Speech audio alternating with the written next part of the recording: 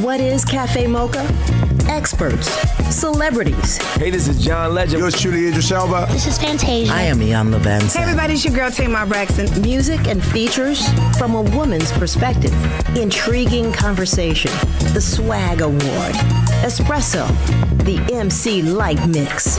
Radio from a woman's perspective. What flavor are you, baby? This is Café Mocha. Café Mocha wishing you and your family a very Merry Christmas. This weekend, we've got iconic model Beverly Johnson. She's telling the ugly truth about modeling. Plus, opening just in time for the Christmas holiday, Mark Wahlberg's new film, The Gambler. And yep, we got him. It's Café Mocha. It's Café Mocha. Long before Naomi Campbell and Tyra Banks' beauty was on the cover of Vogue magazine and walking the runways, we have the legendary Ms. Beverly Johnson. Yes! Woo! Hey! Hello, everyone. Hello there. Welcome. Thank you so much. Thank you for joining us. So what was the year that you hit Vogue? That was August 1974. Woo! Oh, my goodness. 40 years ago. And how did you feel? How did you feel being the first, African-American model on Vogue? Well, I just was thrilled to be on the cover. I mean, it's every model's dream. Now it's every entertainer's dream, everybody's dream to be on the cover of Vogue. And then when I found out I was the first woman of color on the cover, it kind of spoiled the party a little bit because I realized the responsibilities that went along with that. Let me ask you, Miss Beverly Johnson, women of your stature, this beauty, is it intimidating for people? Do they just not talk correctly when they speak to you? I just saw her light and I was like, oh my gosh. she's well, the thing is that, I've kind of been in this space for a long time since I'm a teenager. Mm-hmm. You kind of get used to, the whole idea of it. One of the things that I like to say is that my soul is aging gracefully. Mm-hmm. Everything else I keep in check. Okay. But most certainly, it's to my advantage that I live in this fashion beauty world, and I decided to stay in it in the way of, an entrepreneur and beauty products and so on and so forth. So, there's an advantage to that. One more question about the Vogue process. This year we had Kim and Kanye on the cover, and Kanye has been only the fourth male to be on the cover. And there was a little bit of controversy about, how Kim made the cover because of Kanye. Do you have any thoughts on that? I thought it was a fabulous cover. Mm-hmm. I mean, I thought the two of them it was beautiful, a beautiful story. I mean, they are, culturally what's happening. And, I immediately brought 2 copies. So okay. I just thought it was just great. That really too. Did. All right. That's excellent. More with Beverly Johnson coming up on Café Mocha. This is Café Mocha. We're on the line with Miss Beverly Johnson. And I saw some of the pics of Rihanna and Iman. And what a beautiful spread. Yes. Oh, yes. In Women's Wear Daily. Was it Women's Wear Daily? Yes. How was that experience? Yes, it was great. I love, making the bridge between, yesteryear and today. Mm-hmm.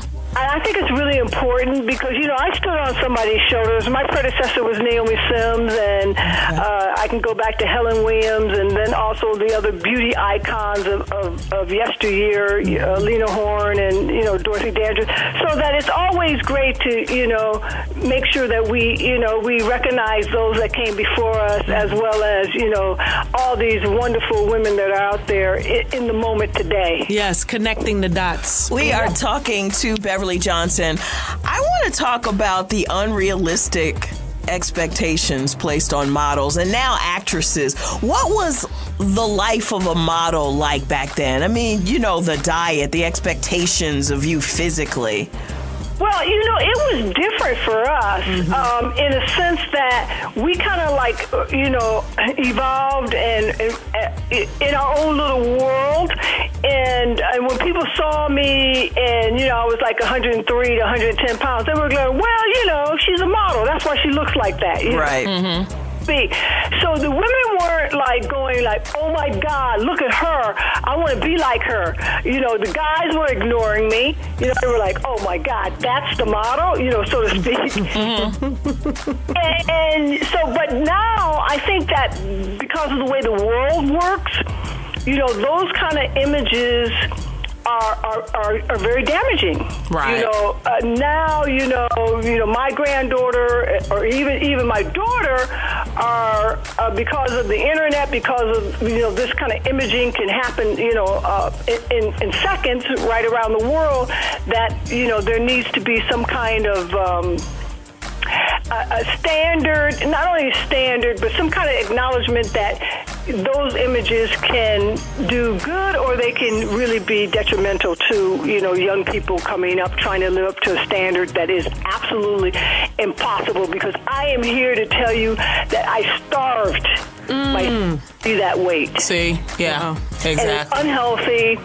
And it's not attainable. If you want to be healthy, it's not attainable. We're talking to iconic model Beverly Johnson. This is Café Mocha.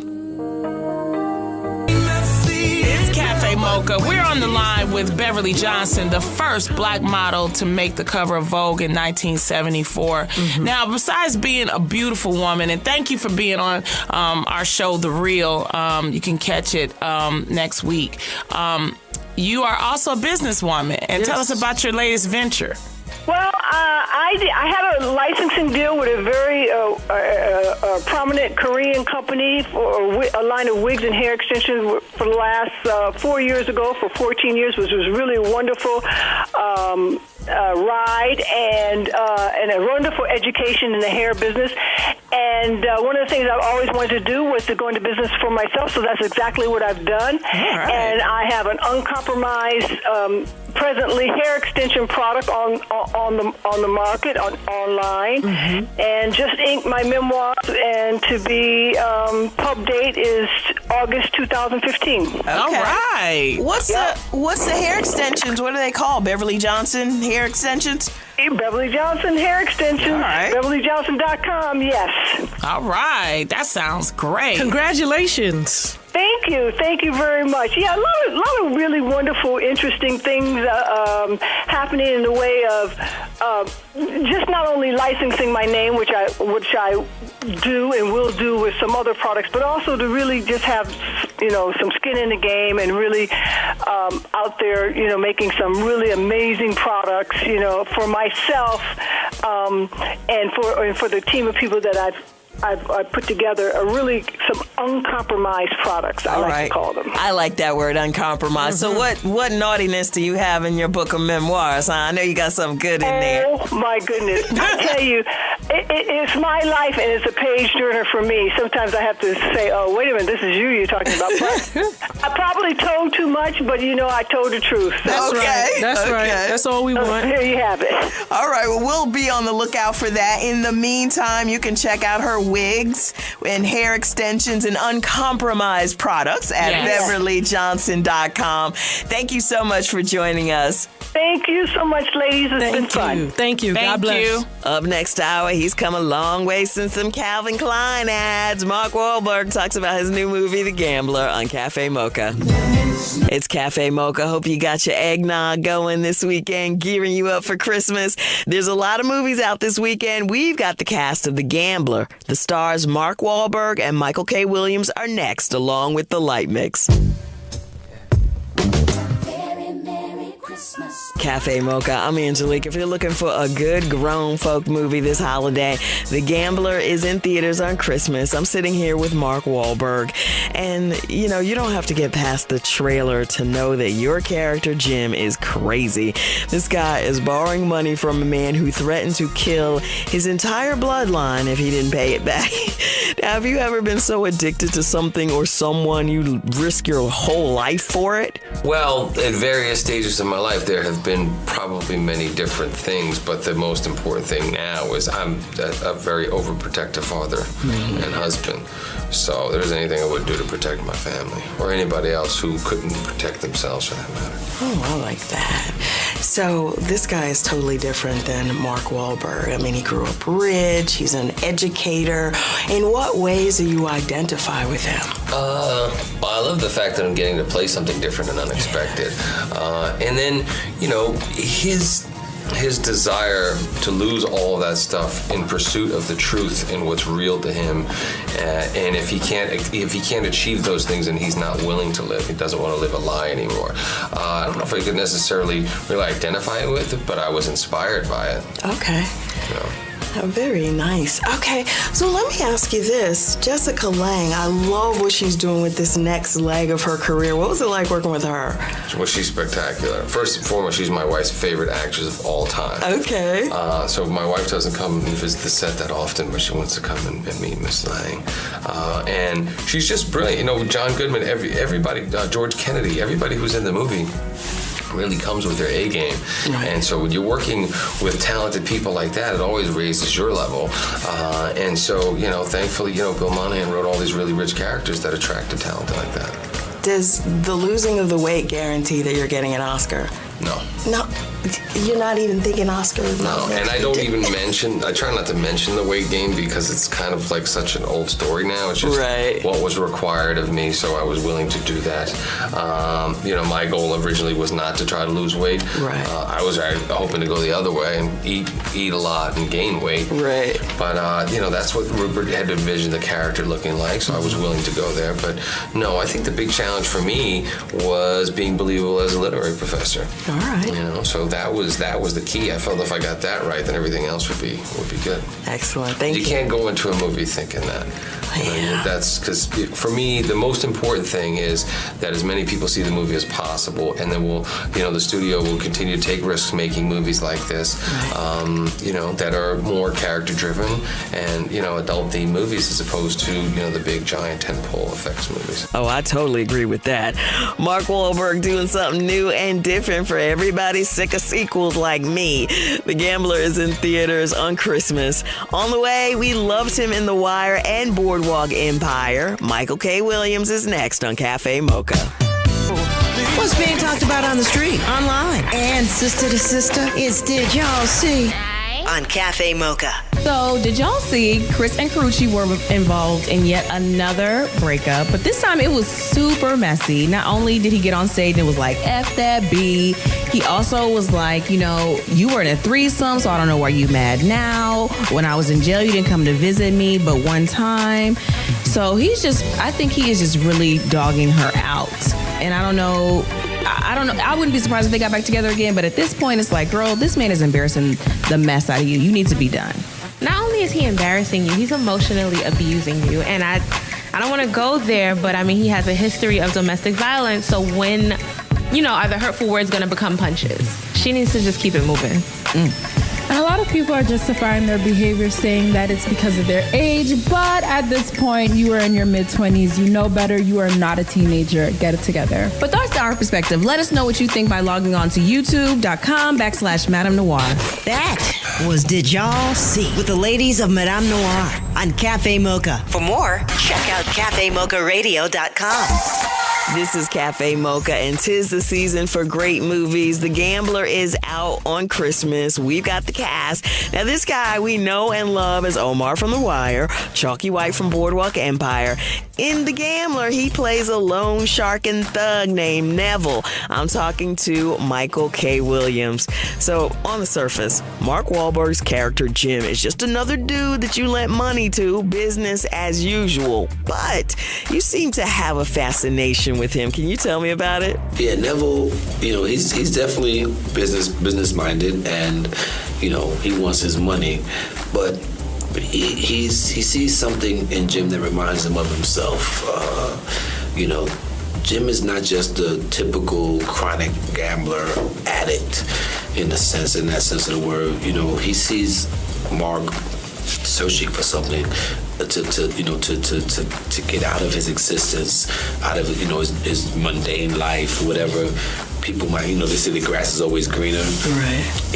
And for Jim, he was tired of teaching students who didn't want to learn.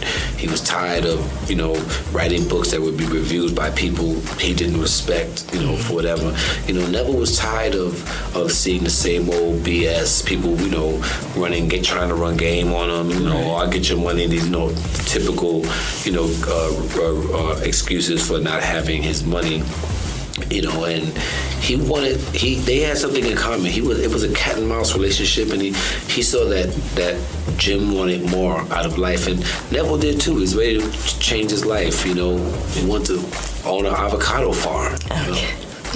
Well, last time we spoke, you said that you don't see your characters as bad guys. So how do you see Neville, if not as? I don't see none. You're right. I definitely don't see none of my characters as bad guys. I don't see none of my characters as good guys. I see my characters as human, flawed humans, just like we all are. We all got good and bad in all of us, and I play my characters from that aspect only. Neville, is a guy that, that made a way for himself in the underground world of Los Angeles, and wants to make money. He wants to support his family. He wants to be happy, settle down like everybody else. It just so happens he makes his money, illegally. It's been a great year for Michael K. Williams, a.k.a. Omar from The Wire, Chalky White from Boardwalk Empire. You can catch him in theaters with Mark Wahlberg and John Goodman on Christmas. The movie's called The Gambler. It's Café Mocha. The Light Mix is next. I'm Angelique with the Café Mocha Espresso. If you didn't believe Janice Dickinson or the countless other women accusing Bill Cosby, maybe you'll believe Beverly Johnson, who told her story on The View. And then he started to make this cappuccino and offered me a cup of cappuccino, at which time I said, well, I really don't want to drink any. It keeps me up at night. And he insisted that I drink this cappuccino. So I took a sip of the cappuccino, and I said, the room started to spin a little. So Right away.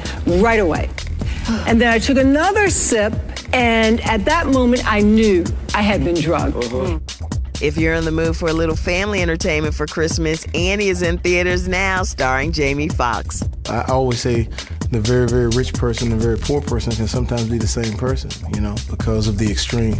A person who doesn't have anything could look at life like, is life worth living? And the person who has everything is like, is life worth living because I got it all? So to see this beautiful story play out with this girl who comes into this man's life where he's, again, trying to just use her as just another rung to get up the ladder of success, and then finds out that there's something inside her that he can't deny, and that love that she shows him makes him open up. The Gambler for the grown folks, Annie for the family, a little something for everybody at the box office this Christmas. That's the Espresso. I'm Angelique. This is Café Mocha. It's Café Mocha. This is the holiday season. Yours truly, MC Light with the Light Mix, as always. Sing along as we reminisce. Café Mocha Radio. It's so nice to see that I would be yours. It's called The Light Mix, featuring the legendary MC Light. Café Mocha wishing you and your family a very Merry Christmas. Make sure you check us out on Facebook, Twitter, and the website at cafemocharadio.com. Have a great Christmas. Café Mocha is a production of Miles Ahead Broadcasting in partnership with Westwood One. Executive producer Sheila Eldridge. Writer and producer Angelique Perrin. For comments, booking, and more information, visit cafemocharadio.com.